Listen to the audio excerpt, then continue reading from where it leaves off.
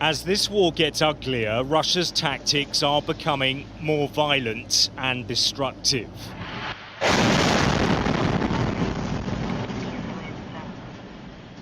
This video from Chernihiv shows a missile strike on a residential apartment block.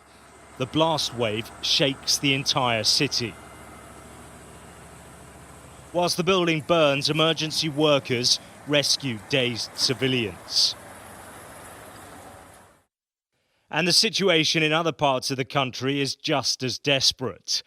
This is Borodyanka, but as these pictures show, it could just as easily be a suburb in Syria.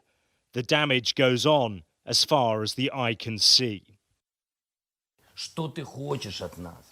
What do you want from us? Go away from our land. You don't want to leave now? Sit down with me at the negotiation table. I'm available. Sit with me, but not at 30 meters like you welcome Macron and Scholz and others. I'm your neighbor. You don't need to keep me at 30-meter distance. I don't bite. I'm a normal man. Sit down with me. Let's talk. What are you afraid of? On the south coast, Mariupol is now surrounded by Russian forces. There's a constant barrage of artillery smashing into this city on the Sea of Azov. Civilians have been trapped for days, basic essentials running out in many places. The mayor says even those fleeing have come under attack. They've been shooting at moving vehicles. A humanitarian convoy couldn't even leave the surrounding areas of our town. Today we're in a blockade, and to create tension in the town, they're shooting in the residential areas, targeting civilians, elderly people, children, to create internal panic. And in some places, Russian troops and tanks are now in control. The man recording these images of the invading force is clearly trapped and very frightened. I think I should stop recording before someone shoots me on my hand. The southern port city of Kherson is the first to fall to Vladimir Putin's forces, leaving people fearful about what the violent takeover will mean.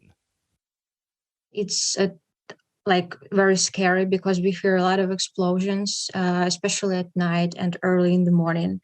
And we're trying not to leave because I'm here with my grandmother now, and we have enough food for a couple weeks.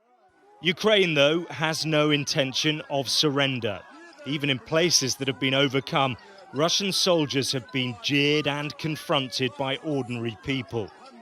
In this eastern town, which has supposedly been pacified, a Russian soldier carries 2 grenades after a meeting with the mayor to ensure he's not attacked by the crowds.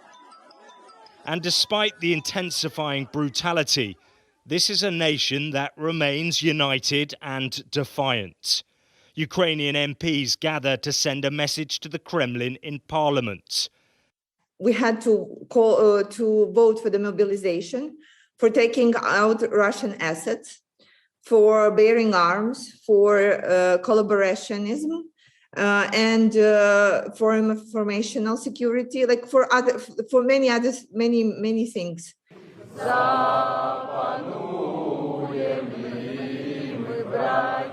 They are singing the national anthem, but their words are being heard far beyond the walls of this chamber.